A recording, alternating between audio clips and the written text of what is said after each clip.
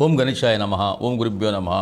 ఓం శ్రీ సాయినాథాయ నమః. సాయి బంధువులారా, ఈరోజు బాబావారు సూచించిన నేను ప్రవచించే ప్రధానమైనటువంటి అంశం నా జీవితంలో జరిగిన యథార్థమైన ఘటన, యథార్థమైనటువంటి జ్ఞానాన్ని మీతో పాలు పంచుకునే ప్రయత్నం చేస్తున్నాను. సాక్షాత్తు దత్తప్రభువు సాయినాథుడు మనకి ఏం తెలిసాడంటే, మనకి నిజమైనటువంటి విలువ మనకు తెలిసినప్పుడే ఆ విలువకి విలువ పెరుగుతుంది. ఆ విలువ తెలియనప్పుడు ఎంత గొప్ప వస్తువులైనా, ఎంత గొప్ప వ్యక్తి అయినా, ఏదైనా సరే గొప్ప పదార్థమైనా విలువ తెలియనప్పుడు అది వృధా అవుతుంది, వ్యర్థమవుతుంది. కాబట్టి విలువ అనేది చాలా గొప్పది అనే అంశం గురించి కాస్త తెలియజేసే ప్రయత్నం చేస్తూ ఉన్నారు. ప్రధానంగా దీని గురించి ఒక చిన్న కథను మనం తెలుసుకునే ప్రయత్నం చేద్దాము. ఒక ఊరిలో ఒక ముసలావిడ ప్రతిరోజు కూడా గుడి ముందు యాచిస్తూ అడుక్కుంటూ ఉంది. ఆ అడుక్కుంటున్నటువంటి ముసలావిడిని ఒక వ్యక్తి రోజు గమనిస్తూ ఉన్నాడు. అతను ఆ గమనిస్తున్నటువంటి వ్యక్తి పేరు హరీషు. ఆ హరీషు రోజు గమనిస్తూ ఉండటం వల్ల ఆ ముసలావిడ దగ్గరికి వెళ్ళి, ఎందుకంటే ఆ ముసలావిడిని చాలా కాలం నుంచి చూస్తూ ఉన్నాడు, ఆ ముసలావిడ దగ్గరికి వచ్చి ఇలా అడిగాడు, మీరు మంచి కుటుంబానికి చెందినటువంటి వారు కదా, మీ కొడుకు కూడా చాలా మంచివాడు కదా, మరి మీరు ఈరోజు ఇక్కడ ఎందుకు నిలబడుతున్నారు అనేటువంటి ఆ యొక్క ఆలోచన, సందేహాన్ని ఆ ముసలావిడికి అడిగాడు, చెప్పడం ప్రారంభించాడు. అప్పుడు ఆ ముసలావిడ అంటుంది, నీకు తెలుసు కదా బాబు, నా భర్త చనిపోయి చాలా సంవత్సరాలు గడిచిపోయింది, నేను నా కొడుకుతో ఉంటున్నాను. అయితే నా కొడుకు ఇటీవల వాడికి ఉద్యోగం వచ్చి 8 నెలల క్రితం వాడు వేరే ప్రాంతానికి వెళ్ళాడు. వాడు వెళ్ళిపోతూ విదేశాలకు వెళ్ళిపోతూ వాడి దగ్గర ఉన్నటువంటి కొంత ధనాన్ని నాకు ఇవ్వడం జరిగింది. ఆ ధనాన్ని కొంతకాలం వాడుకున్నాను నా ఖర్చులకి. ఆ ధనమంతా కూడా అయిపోయినాక ఇప్పుడు నాకు నా జీవనం గడచడానికి నా దగ్గర డబ్బులు లేవు. అందువల్ల నేను ఈ యొక్క యాచించే వృత్తిని నేను స్వీకరించాను. అందువల్ల అడుక్కుంటున్నాను ఈ గుడి దగ్గర. అయితే అని ఈ విషయాన్ని హరీష్కి చెప్పడం ప్రారంభించింది. అప్పుడు ఆ వ్యక్తి వెంటనే, మీ కొడుకు నీకు ఏమి పంపించట్లేదా అనేటటువంటి మరో సందేహాన్ని వెలిబుచ్చాడు. అప్పుడు ఈ ముసలావిడ అంటుంది, ఎందుకు పంపించట్లేదు బాబు, ప్రతి నెల కూడా ఒక రంగుల కాగితం ఒకటి పంపిస్తాడు కవర్లో. వాడు పంపించినటువంటి రంగుల కాగితాన్ని నేను ప్రేమగా అల్లారు ముద్దుగా ఆ కాగితాన్ని ముద్దు పెట్టుకొని వాడి ఒక జ్ఞాపకానిగా ఆ ఒక గోడకి నేను ఆ కాగితాన్ని అంటించుకుంటూ ఉంటున్నాను. ఈ రకంగా ప్రతి నెల కూడా వాడు ఆ రంగు కాగితాన్ని నాకు పంపించడం, ఆ కాగితాన్ని నేను ముద్దు పెట్టుకొని సంతోషంగా వాడిని జ్ఞాపకం చేసుకొని నేను నా గోడకి అంటించుకుంటున్నాను అని చెప్పేసి ఆ వృద్ధురాలు ఈ హరీష్కి చెప్పనారంభించింది. ఈ విషయం తెలుసుకున్నటువంటి ఆ హరీషు ఆ వృద్ధురాలు ఇల్లు కూడా చూడాలని అనిపించింది. ఈ క్రమంలో సరేనమ్మా అని చెప్పి ఆ వృద్ధురాలు యొక్క ఇల్లు ఆనవాళ్ళు కనుక్కొని మళ్ళీ రేపు కలుస్తానమ్మా అని చెప్పేసి వెళ్ళిపోయాడు. మరుసటి రోజు ఆ వృద్ధురాలు ఉన్నటువంటి ఇల్లుని ఎత్తుక్కుంటూ వెళ్ళి ఆ వృద్ధురాలు ఉండేటటువంటి ఇల్లుని కనుక్కొని అక్కడ ఉన్నటువంటి ఆ యొక్క ఆ చిన్న గుడిసెలో ఈ హరీషు లోపలికి వెళ్ళడం ప్రారంభించాడు. లోపలికి వెళ్ళినటువంటి హరీషు అక్కడ ఆ వృద్ధురాలు కనిపించింది. ఆ వృద్ధురాలు కనిపించగానే చక్కగా ఈ హరీష్ని ఆహ్వానించింది, కూర్చోబెట్టింది, మంచినీళ్ళు ఇచ్చింది. ఇదే నా ఇల్లు బాబు, ఇక్కడే నేను రోజు నివసిస్తూ ఉంటాను, ఇక్కడి నుంచే ఆ గుడికి వచ్చి యాచన చేస్తున్నాను అని చెప్పేసి అంది. అప్పుడు ఆ వృద్ధుడు కాస్త ఆసక్తిగా, నీ కొడుకు రోజు కాగితాలు పంపిస్తున్నాడు కదా, రంగు కాగితాలు, అవి ఏవి అంటే ఆ గోడ మీద చూపిస్తూ, అవే బాబు ఆ రంగు కాగితాలు అని వరుసగా 8 కాగితాలు వరుసగా అంటించి ఉన్నాయి. ఆ కాగితాలని చాలా ఆనందంగా సంతృప్తిగా ఈ హరీష్కి చూపించడం ప్రారంభించింది. ఎప్పుడైతే ఆ కాగితాలు హరీష్ చూశాడో అవన్నీ కూడా రంగు కాగితాలు కాదు, వాస్తవంగా అవి డబ్బుతో కూడినటువంటి చెక్కులు.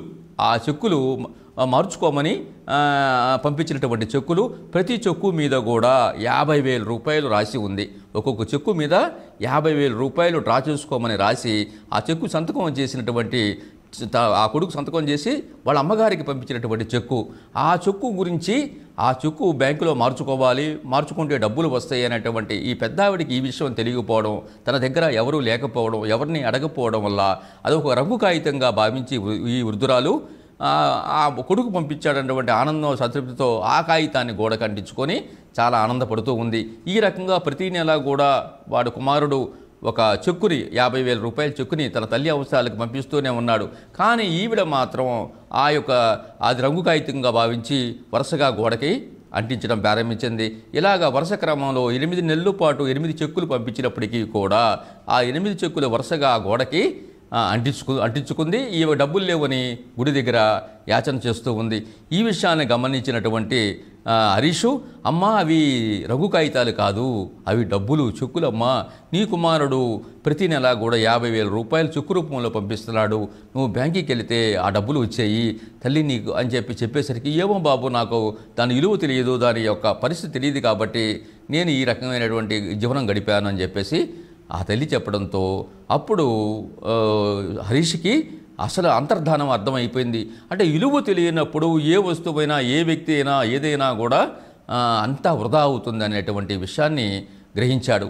కాబట్టి మనకి ఈ ఉదాంతం ద్వారా బాబా ఏం చెబుతున్నాడంటే, మనకి ఎంతో విలువైన, ఎంతో ఉపయోగపడైన ఎన్నో విషయాలు అందించేటటువంటి సాయి చరిత్ర పుస్తకం మనకి చాలా చోట్ల మన ఇళ్లలో ఉంటుంది. అలాగే భగవద్గీత పుస్తకం మన ఇంట్లో ఉంటున్నప్పటికీ కూడా ఆ సాయి చరితామృతం కానీ, భగవద్గీత పుస్తకం కానీ ఒక్కరోజు కూడా దాన్ని తాకడం కానీ, దాన్ని ముట్టుకోవడం కానీ, కనీసం 4 పేజీలు తీసి వాటి వల్లివేయడం కానీ మనం ఎప్పుడూ చేయము. పుస్తకం అయితే ఉంటుంది. మనకు సాయి చరితామృతం అనే పుస్తకం మనకు తెలుసు. సాయి జీవిత చరిత్ర పుస్తకం చూస్తుంటాము, అలాగే భగవద్గీత చూస్తుంటాము, కానీ వెళ్తుంటాము మన కార్యక్రమాలకి. కానీ ఏ రోజు కూడా అందులో ఏమున్నాయి, మనకు బాబా మనకి ఏమి ఇచ్చాడు, తర్వాత కృష్ణ భగవానుడు ఏం చెప్పాడు అనేటువంటి విషయం మాత్రం మనం గ్రహించము. ఎప్పుడో కొన్ని వేల సంవత్సరాల నాడు భగవద్గీత, మరియు సుమారు 100 సంవత్సరాల క్రితం సాక్షాత్తు మళ్ళీ తిరిగి దాన్ని బాబావారు సాయి చరితామృతం చెప్పినప్పటికీ కూడా అందులో ఉన్నటువంటి గొప్ప ఆధ్యాత్మిక విషయాలు, రహస్యాలని మనం తెలుసుకోకుండా మనం మూర్ఖంగా, గుడ్డిగా, యాంత్రికంగా మన జీవనం కొనసాగిస్తున్నాము.